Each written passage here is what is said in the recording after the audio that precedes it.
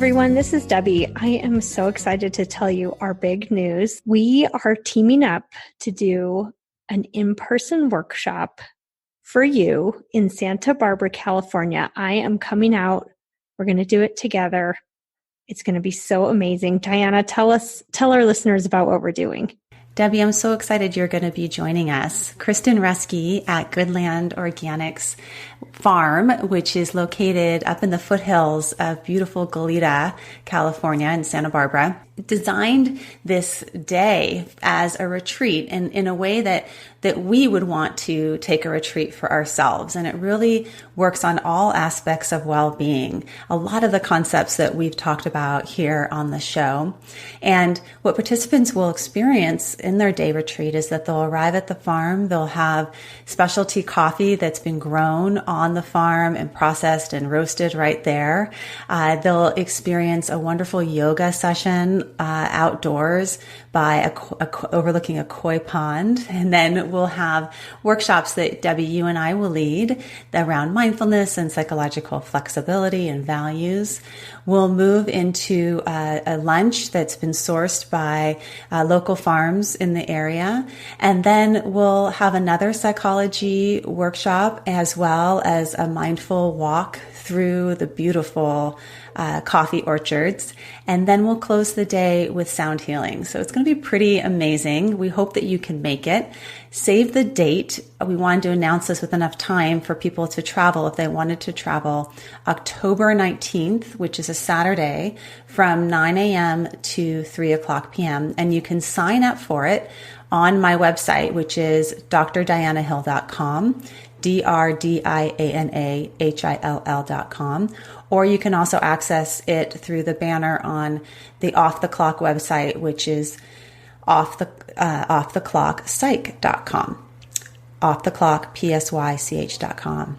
I am just excited to present with you, but also just to attend it because I think it's going to be incredible. And every time I go to a workshop of this type, I've never done one exactly like this, but whenever I go to a psychology workshop or little yoga retreat or something like that, it just really recharges my batteries. And so I hope that some of you who enjoy listening to the podcast will come spend some time with us in person and have the same experience. It's going to be amazing.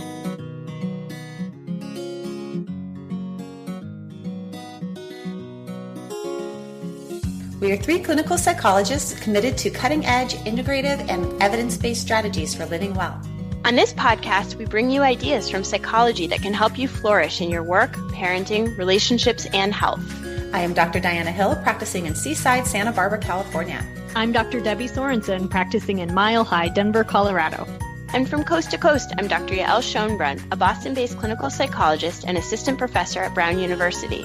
We hope this podcast offers you ideas for how to live a full and meaningful life. Thank you for listening to Psychologists Off the Clock.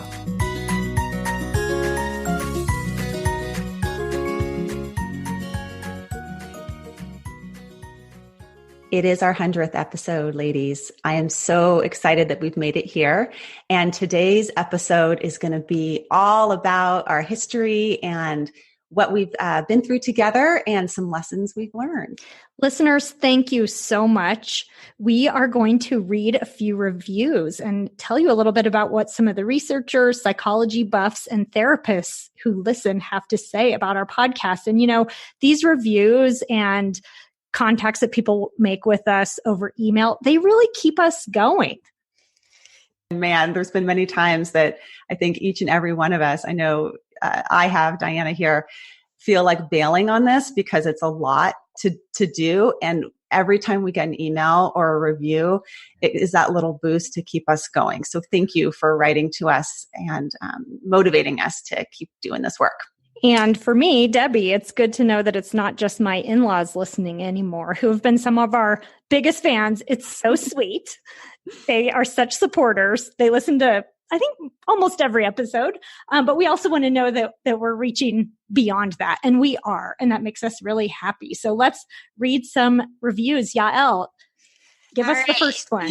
All right. So one of the reviews that we really appreciated, we appreciate all the reviews, even actually the critical ones and the ones that are requesting specific things. But this one is from a writer called What Birds Plunge Through, a 5-star review that says, "This is such a great, casual, accessible discussion of contemporary ideas in psychology.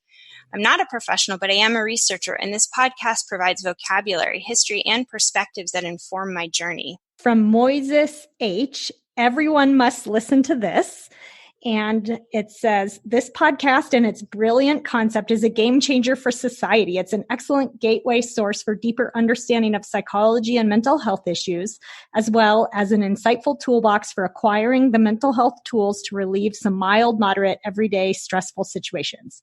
I tune in for every episode and hope you will too." How about from A. Hernandez 124, who writes, "Best psychology podcast out there. I have always been interested in psychology from high school to currently pursuing my master's in MFT. And this is the best psychology podcast I have found, as it is educational and relevant to current events.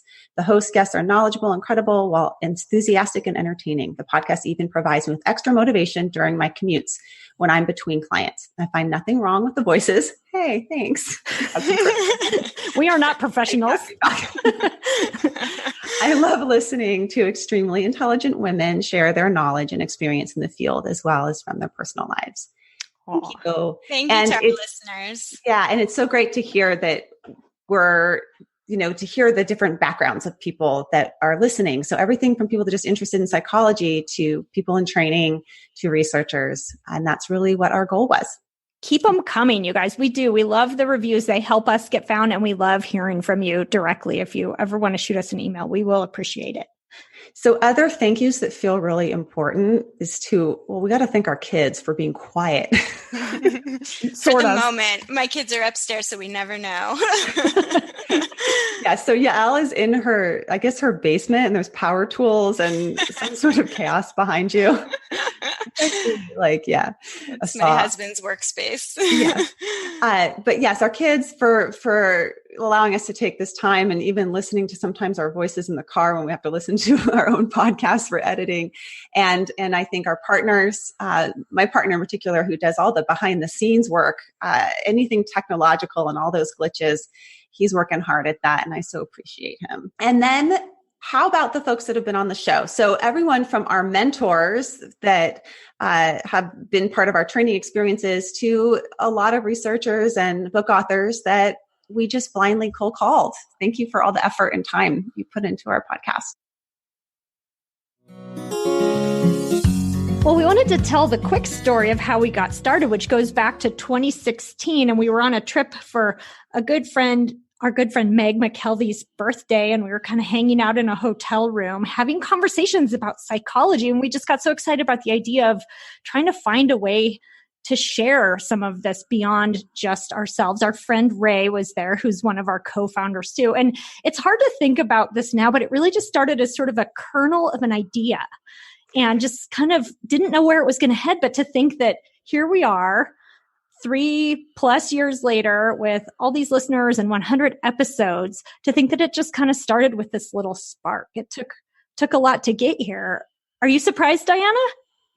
I think what surprises me the most is actually some of the people that were the people that I really look up to in the field have come on the show. And that has been probably one of the most influential components of doing this podcast, is being able to speak personally with psychologists who just have not only changed the field of psychology, but changed my life. So yeah, it's shocking that we're here. And then I also really appreciated our connection with Ray, and then the connection of the three of us, and how it's built our friendship, and both as colleagues, but also personally. And I love that we share in that. Absolutely. Well, and to me, it's really kind of cool to think that our very first episode was on the book, Playing Big, Practical Wisdom for Women Who Want to Speak Up, Create, and Lead by Tara Moore. And we talked about what it's like to sort of create something, put it out there in the world, take a leap. It's been a really interesting personal process for us to do this. We've had to put our voices out there, which can feel a little strange and vulnerable. We all have our inner critic that rears up sometimes when we're questioning. More than sometimes, but yeah. Some of us more than others. Was that okay? Did I sound all right? So we've just put it into practice. And I think that's been a really cool experience. How about for you, Yael?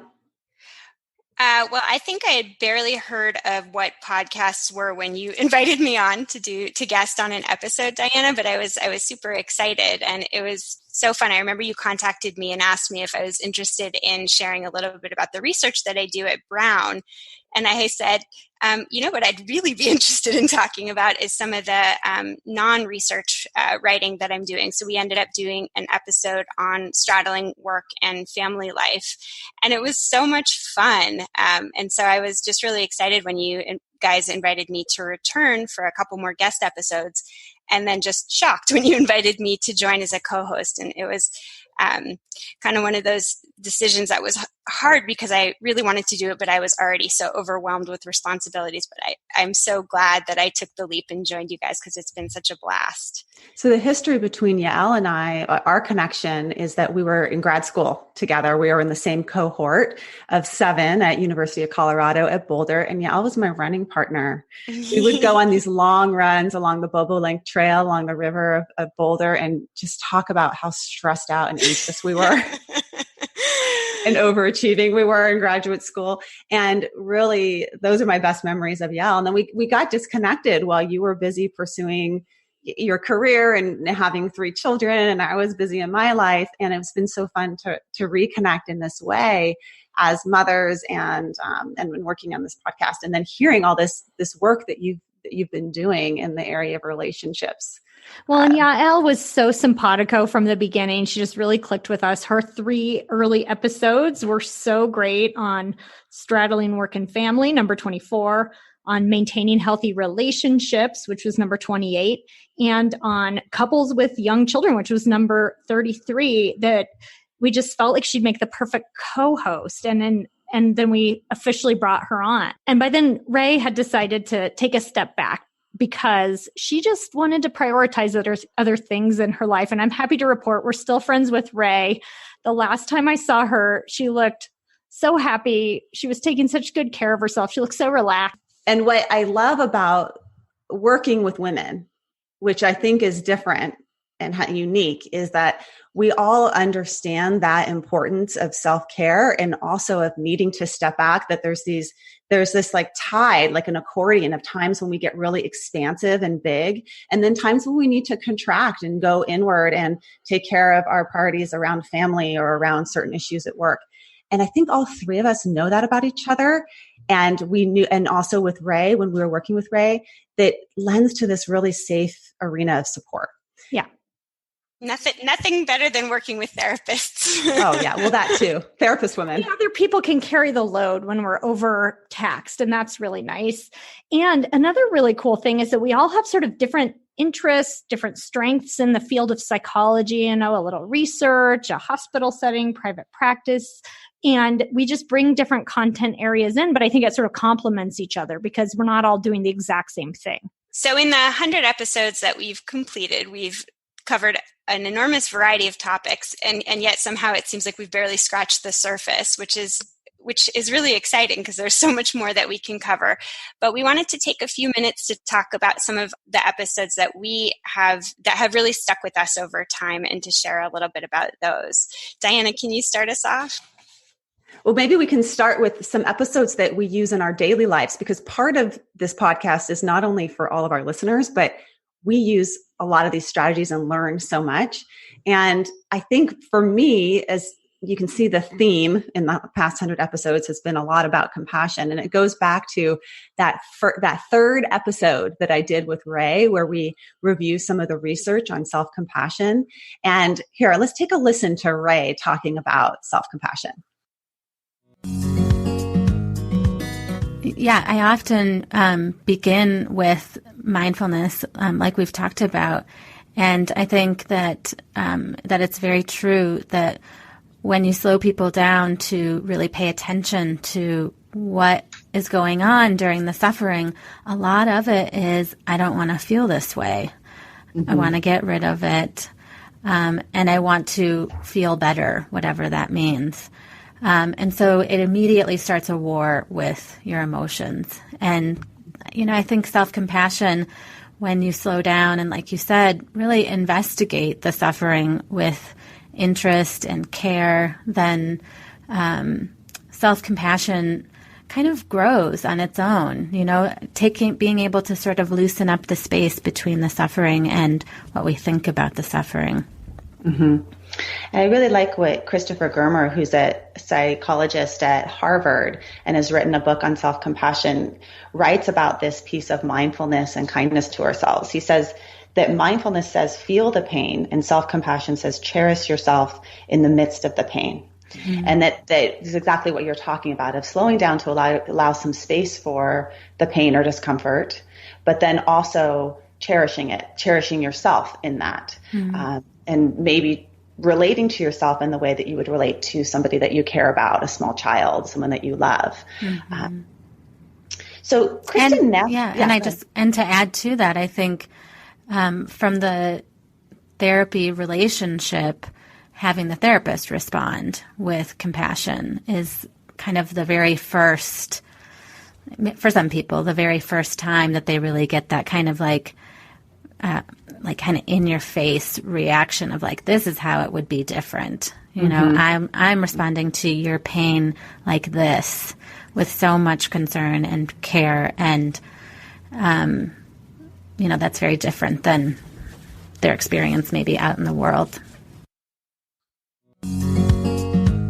And what's amazing is that some of the people that we talk about in the episode, we later had on the show. So some shout outs to Christopher Germer and to Russell Koltz and to Paul Gilbert, to Kelly Wilson, that ended up coming on the show after, and all of their work really has influenced me so much. How about for you, Debbie? Well, I really use a few more practical episodes in my daily lives. First of all, numbers 29 and 30, which were on food and nutrition and how they impact mood and sort of cognitive functioning. Let's take a listen. But another area that there's been a lot of research on is with olive oil and in particular monounsaturated fats. So the nice thing about monounsaturated fats and olive oil is that there is no controversy here. Everyone would agree that olive oil is good for you. Mm-hmm. Put it in your hair, put it on your skin, but put it on your salad. And that should really be our primary fat that we use. And it's the primary fat that's been used in the Mediterranean diet, which has shown up over and over again as one of the healthiest diets when researchers have looked at cardiac health, diabetes, but also now brain health. One of the things that is really nice about monounsaturated fats is that they don't upset the balance of omega-3 to 6s. And they have a component called oleic acid in them, which is particularly beneficial for BDNF. In a study that Drew Ramsey talks about actually in his book, The Happiness Diet, he reports in a study where participants who were supplemented in a diet that they're supplemented with nuts, which are high in monounsaturated fats, they were 78% less likely to have low levels of this BDNF. So BDNF, again, being that fertilizer for your brain and brain connections.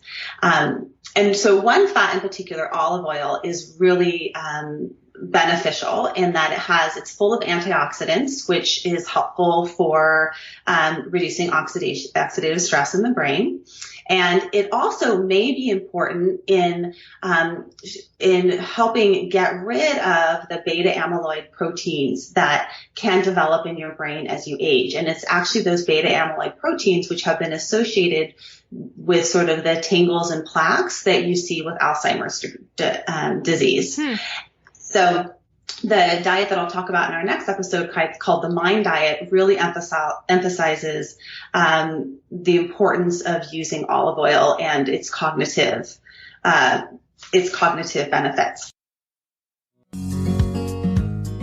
I think about this every time I eat nuts and blueberries, which I do more frequently now. Yeah. And I also use avocado oil all the time. I buy it at Costco, the big jug. And that's directly because of you, Diana, and that episode. It's like that and olive oil are pretty much all I stock anymore. And then also the Kissing the Frog episode about morning routine. I still go to bed much earlier than I used to and try to carve out a little bit of time to myself in the morning. So I think about that a lot, kissing the frog. Anyone putting on their socks one at a time by balancing still? Because I know my mom does that, and I'm so proud of her at 70. She's just turning 70 this year. She does that, and it's working on her balance. So that's a fun one. Yay, to listen Diana's to. mom. Good for you. What about the episodes that we feel like apply most to our work, Yael? Well, I love Debbie's episode with Matthew Vilat on language and suffering, and it's such a great description of some of the core pieces of acceptance and commitment therapy in terms of talking about how we get so entangled with our language and get trapped in our own narratives. And I personally am always working on that, and certainly it's something that comes up pretty much with every patient I see in my clinical practice. So I'll just give you guys a quick listen to this beautiful episode with Matthew Vilat. So it's a behavior that something that we do, and that then transforms the way we interact with the world. By language, we don't just mean the words that we say, like right now we're interacting with each other with words, but we also mean the way what we think. Like, for example, if I'm silent for a moment, I might not say words, so it might seem like I'm not doing language, the behavior of language, but I'm doing it in different ways. First, a silence might have some meaning in terms of communication with you. And also privately, I'm engaging in language. I'm thinking. I might be thinking sentences, having thoughts. I might also see pictures. I might remember smells. I might imagine the future. I might interpret your facial expressions, the things you say. So it's an activity that we do more probably continuously in all kinds of ways. And that comes to filter the way we interact with the world. For example, right now, so people cannot see because it's only the audio, but we're seeing each other on the video. And I see your face, I see you nod, I see you smile. There are things that I see, we could say directly without language, but then there is an interpretation of what I see. I see a smile and I'm thinking, oh, you understand what I mean, or you agree with me, or you're being nice. If you were to start frowning, maybe I'd think, maybe I'm not very clear, or the opposite. Maybe I'm saying something interesting. So you see, this is something, language that comes to transform my direct experience of the world and other people. And Debbie, how about you? So one of the ones I really think about a lot and recommend to people was one that was with Jim Lucas on therapist self-doubt and how to use it in an effective way. I've talked to trainees about it, other clinicians, and I think about it a lot myself when I'm struggling in my work. So I really appreciated Jim sharing that with us. And that one's it's so interesting because it was a clinician's corner for therapists one, but I think how he talks about self-doubt is so applicable to everybody, anybody that's experienced self-doubt, which is everybody. Which is everyone. When therapists had more self-doubt about their expertise, about their knowledge, about the way that they did things, it was correlated with better outcomes than those who didn't have that self-doubt. What they also found was that practitioners who practiced self-affiliation, so self-compassion, and I think examples of components within psychological flexibility as well, when needed, also experienced better outcomes. But the best outcomes came when people did both of those things. So if you were just self-compassionate, it might have helped your well-being, but it didn't necessarily help your performance. It didn't help you derive better outcomes. It was the combination of caring for yourself, nurturing for yourself, and making time for reflective practice. How about you, Diana? Which ones do you apply to your work? Well, given that a lot of the people that I work with often struggle with sleep in combination with the other issues they're coming in to work with me on. I often refer people to Alicia Bross's episode, Dr. Bross's episode on insomnia and stopping the struggle with sleep. She did a great episode, number 7, that you can check out. And I also loved your episode with Erin Andrews on disability as a form of diversity. And what I loved about it was that it just was a major eye-opener for me and a complete mind tweak of ways that I've, a quote, well-intentioned person, have been not so helpful. And what I really loved was how Dr. Erin Andrews talks about some of the words that people use to describe individuals with disability, and how those words really need to be owned and developed by the people that have a disability, and all these problems that we have with sugarcoating and euphemisms. And then I loved her discussion of what she calls inspiration porn. So take a listen to this. But the porn aspect comes in because when we think about porn, that's where there's gratification that comes from objectification of somebody else or someone else, right? And so when we talk about inspiration porn, what we're looking at is where there's kind of non-disabled gratification and then objectification of someone or some ones with disabilities.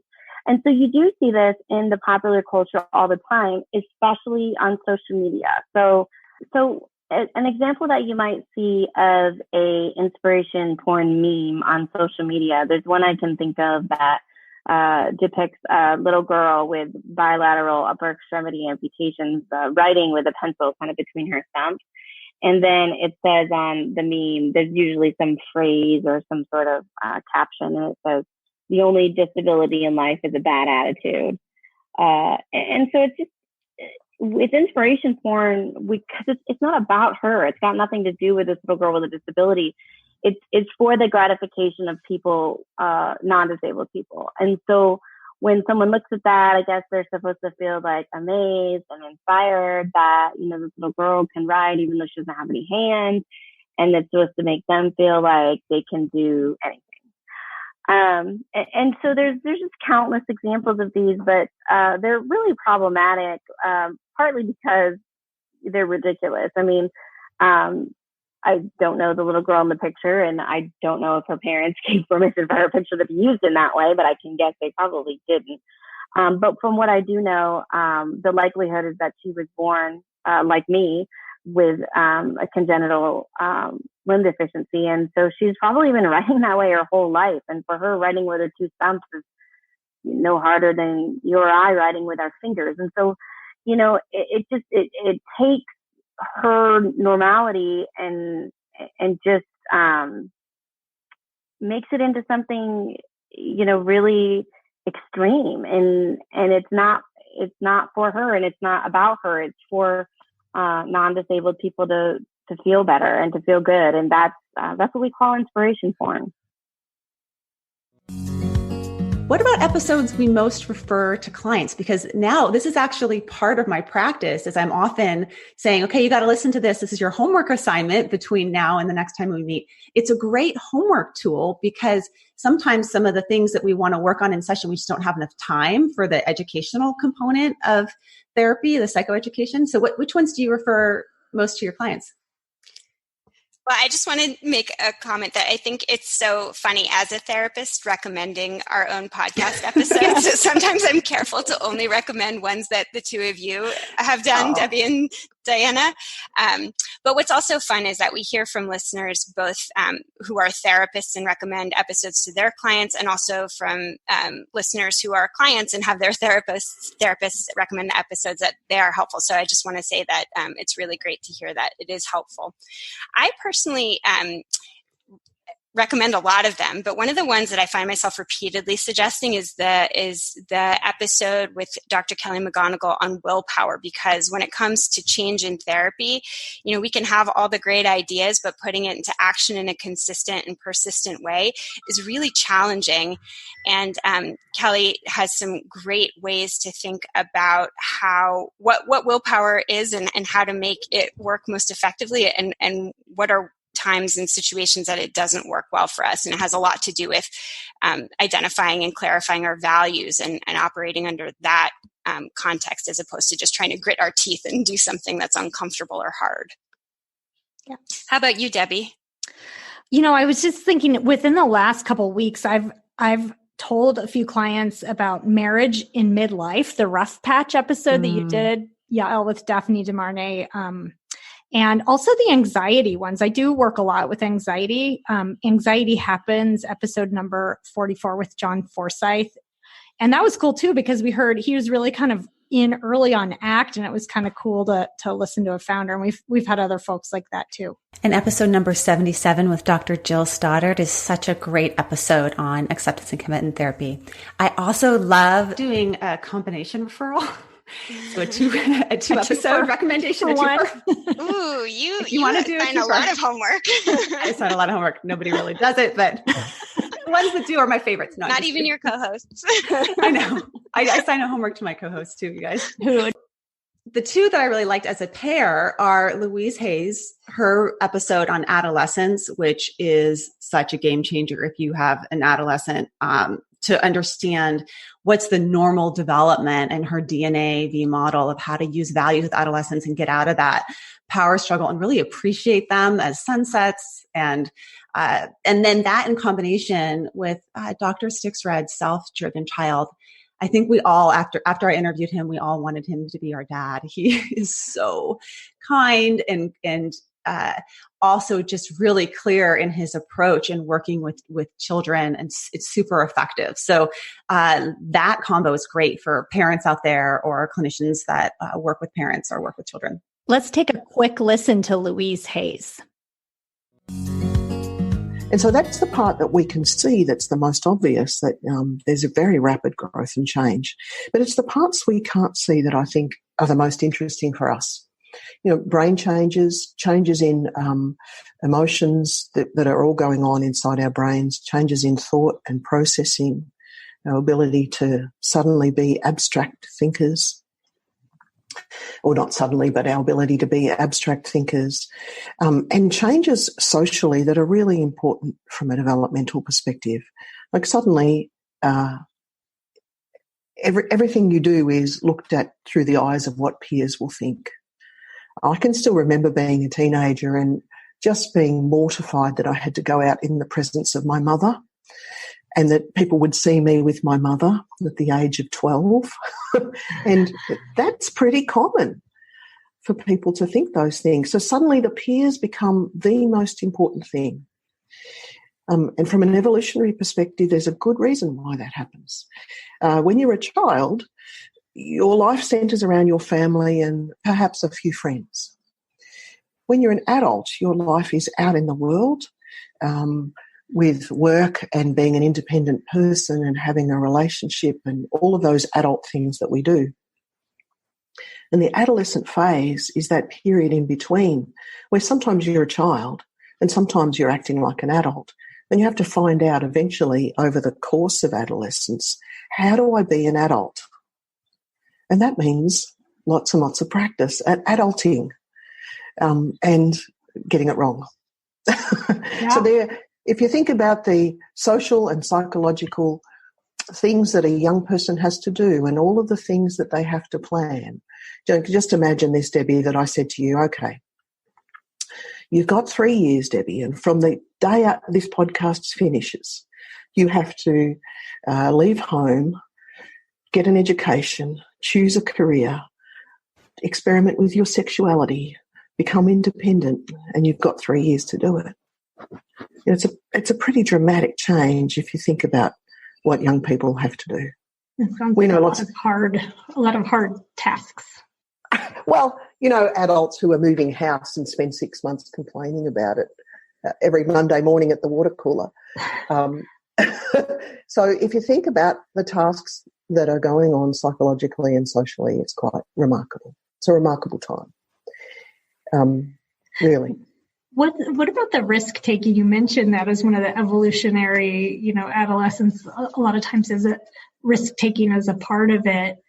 Do you think, in your perspective, that risk taking part of adolescence is wired in? It is. And I can tell you why. So a lot of our work, we use evolutionary science to help us understand. So there's a very big anthropological study that was done on 187 different cultures. And they looked at the key characteristics of adolescent behaviours. And the key characteristics across 187 cultures were risk-taking, love of novelty, and sensation-seeking. I think what's also interesting that listeners don't know is that there's a lot that goes on behind the scenes when we're interviewing some of the big shots that we've had on the show, or we're doing episodes together. And it's kind of, there's so much laughter and so much also horror. And for me, you all know that we did this interview with Kelly Wilson, and he's been mentioned 1,000 times on the show. And it was a really big deal for me to interview him, and such an honor. And that interview I was doing at my neighbor's house because we were remodeling our kitchen at the time. So there was construction going on at my house. Meanwhile, during the interview, her dog was barking. The answering machine was going off. Who has an answering machine anymore? Well, my neighbor, apparently. So while he's talking, the answering machine is going off. It was the craziest interview that I've ever had on my side. I had to do so much editing of it. And it just felt terrible afterwards. I remember contacting you guys and I was so upset. Do you remember that? Yes. And then it sounded great in the end after a lot of editing work. But that is stressful. It is. It was Diana's hero, and it was a rough episode, but she made it through, and it was a beautiful episode. And that's why it's so helpful to have friends and women and therapists to be able to turn to when we're struggling. It was a good example of compassion and getting some of that compassion from you, because I certainly didn't have it for myself at that time. What are some other memories of episodes, bloopers, or stuff that happened for you? Well, do you guys remember when I interviewed Steve Hayes and David Sloan Wilson, which was really awesome just listening to two of them riff off each other. But it was so funny because I had all these questions that I had prepared and it was all organized. I knew exactly what I was going to say. And they just started talking. And I was just sitting there like looking at my notes like, wait, what are they talking about? Wait, this is not going the direction I had planned. And I had to basically just like toss my notes aside and just talk to them, which was fine. But I just remember like they kind of just went rogue. Yeah. And for a minute there, I was like, What a powerful moment in history to hear those two talking in a just casual way about ideas that they're generating currently. Oh. I thought that was so fun to hear that. And so it was so cool. It just wasn't as I had planned, which was fine. It required a lot of psychological flexibility on your part. Yeah. What about for you, Yael? All three of us have had to contend with kids in the background, animals, husbands who are calling our time. Oh no, you've had to stop and go nurse and then come back. Yeah. Remember the time, Diana, I had such a bad cough. I was sick, but I feel like we had to record for some reason. We had a very narrow window. And so I muted myself to cough like practically the entire episode. Yes, I had no problem just talking the whole time. And I was like, I was barely paying attention. I was coughing like crazy. It was, I felt kind of bad, but you pulled it off without me. I was barely helpful. I think the moments that Yael has shown some of her personal side have been the most precious for me. And, I think the example of when you talk about being called Q-tip in the episode about body image, that just touched my heart. And I have to like hold back from wanting to call you Q-tip because it's such a sweet, endearing, in a good way, because it's so cute. And then when you shared about in the political division episode, which was actually one of my also favorites, and I think most relevant episodes that we all need to listen to.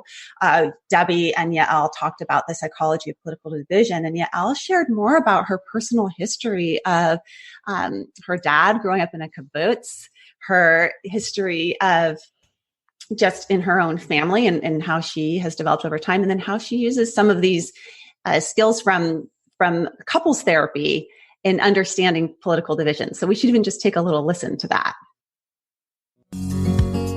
Another thing that I was really left with, and Haidt goes into this pretty explicitly, is the way that liberalism and conservatism can really support and balance each other.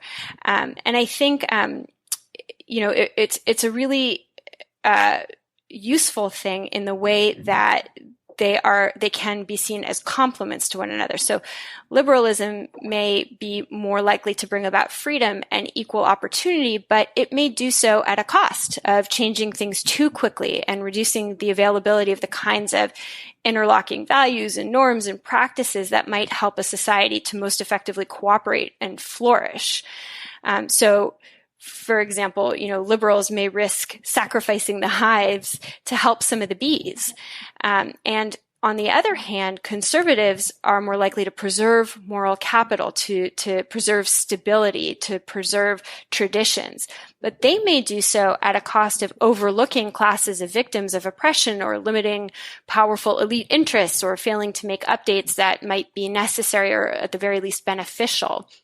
And so if we can kind of see the differences in a more useful light where the balance of liberalism and conservatism really help one another out and are nice complements to one another, that can sort of help us move from a place of sort of fighting to win to a place of appreciating the way that the balance exists between the two. I also really loved hearing all the behind the scenes of the people that we were interviewing. So a little tidbit here, Stefan Guyane was his wife, the hungry brain, his wife was pregnant while we were recording the episode. They were just going to have the baby really soon. And then Jason Lillis from on effective strategies for weight loss was also just had a baby. And I'm thinking in the back of my head, oh man, life is going to change for you too in terms of your plans around eating. And I don't know what you guys think about that. Well, I just remember when I was, had a newborn and I was breastfeeding and I was up all night and just eating like milkshake, hamburger, and French fries. Yeah. On a I just remember mapping out where all the drive-throughs were because you just didn't have time. And I'm a relatively healthy person, but like, man, that first year you just needed to find something to eat while the baby was napping. I'm so curious. I want to have them back on. Yeah. And then I loved the embodiment. So sometimes I put Debbie on these experiential exercises, and the embodiment episode where we were talking about going barefoot and you talk about stepping on Tigger. So we got to listen to that one. A Tigger toy. Yeah. Take a listen. I want you to go find something that is sort of like the size of like a stone or a tennis ball or an eraser, something that could fit under your foot. Okay. One moment. Okay. Is that perfect? Too bumpy? Tigger. Okay. Yeah, well, Tigger will I be have painful. a little toy, Tigger from Winnie the Pooh. Tigger from Winnie the Pooh. Okay. Perfect. Okay. A little plastic toy that can fit in your hand. That's perfect. Okay. So now put that toy on the ground. And we still have our barefoot. So people out there that are listening, if also they've stopped and they found something small, it can be a stone or a tennis ball or a toy or something like that, an eraser.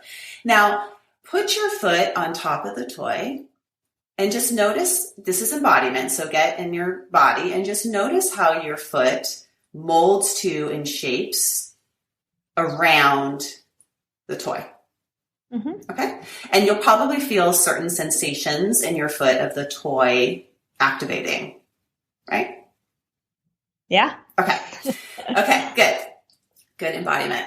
And what I want you to imagine is if you were kind of like walking over Tiggers barefoot, like every day you were walking through your house and there was just a lot of Tiggers around and you were just sort of gently walking through your house, how well would your foot be able to respond to a Tigger that's left out from your little girl on the floor if you were to walk over it, if you just sort of did this on a repeated basis? So the question is how would your foot be able to respond? I mean, it would just sort of go around it. Yeah, it would sort of go around it. It kind of like moves. Yeah. And what do you think my foot sort of moves around? Yeah, and what do you think would happen to your foot over time from doing that? it would probably be more flexible. Mm-hmm. And you might develop some calluses where the Tigger, particularly his nose, is particularly pointy. And you might, your foot would be more flexible. It probably would be stronger. There'd probably be upward strengthening of, like, if your foot were to land on the Tigger, other muscles around the area would be strengthened because they would support the area that's having to flex over the Tigger. Okay? Now, let's imagine that you haven't been doing this and you've been wearing shoes since you were 3 years old, like most of us on the planet. And one day you decided you were going to take off your shoes in your home and your little kid left Tigger there and you stepped on Tigger.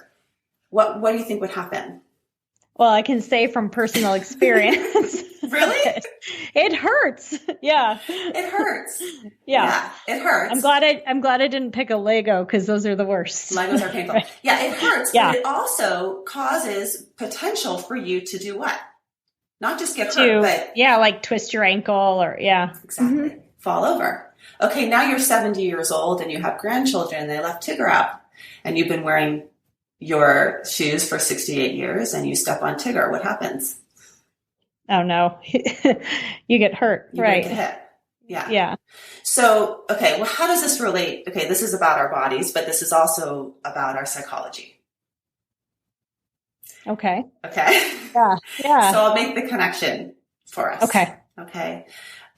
Here's the connection. One is let's just say with our feet, repeated not going out into the wilderness and casting our feet in protective layers of shoes makes our feet less flexible and less strong and less resilient to when there is a significant event that happens, and less embodied. We just know so little about these feet that carry us around day in and day out because we don't have to. And then there's been more poignant times, I think, where some of this work has really impacted me in doing my own therapy work and made it so much richer. And actually, when I was recording the episode with Dr. Kearney about palliative care, I was going through losing a client that passed away. And it was so helpful to have that, read his book and talk to him about the process that he uses with people that are dying. It just was so, what can I say about it? It felt like it was like a handhold during that time when I really needed it. So, yeah. What's so fun about this podcast is how it can inspire us in our individual lives and our professional lives, but also how our individual and professional lives inspire this podcast. And just as another personal share, one of the things that I've recently gone through is losing a parent. And as part of my process of dealing with my loss, have some plans to do some episodes on grief and dying. And for me, that's a way to learn and grow. And it is sort of inspired by what's happened personally, but I'm able to use that hopefully to help other people too. Mm-hmm. I mean, I think that's such an awesome thing about having a podcast is that when we have something we want to learn more about or something that's touching us personally, we can really use this as a way to delve into it and to share what we're learning with others who might find it helpful as well. Yeah. So continue to reach out to us and tell us what you want to hear about. And we hope to pursue, sometimes it takes a while, things are booked out way in advance, but we hope to pursue lots of the ideas that you have. Please write us a review. It makes a big difference to us. It just makes us know that you're out there listening. And it's a way of maybe the podcast to help reach other people too.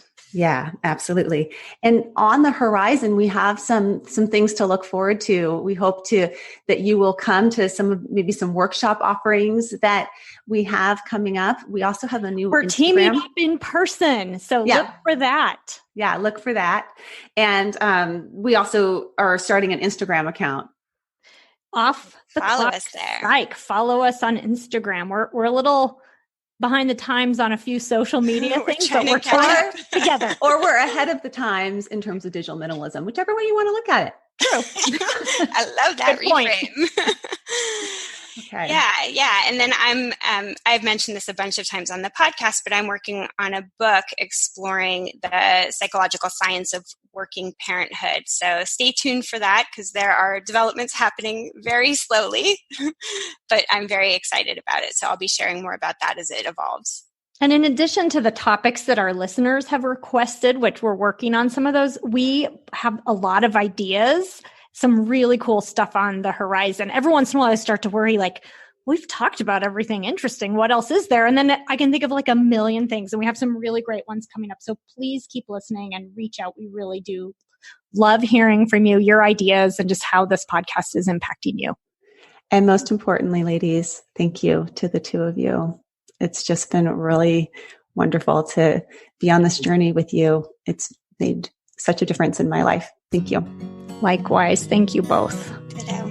Congratulations on 100. Woohoo! 100 episodes. Thank you for listening to Psychologists Off the Clock. You can find us on iTunes, Facebook, and Twitter. This podcast is for informational and entertainment purposes only and is not meant to be a substitute for mental health treatment. If you are having a mental health emergency, please dial 911. If you're looking for mental health treatment, please visit the resources on our webpage. Our website is www.offtheclockpsych.com. That's www.offtheclockpsych.com.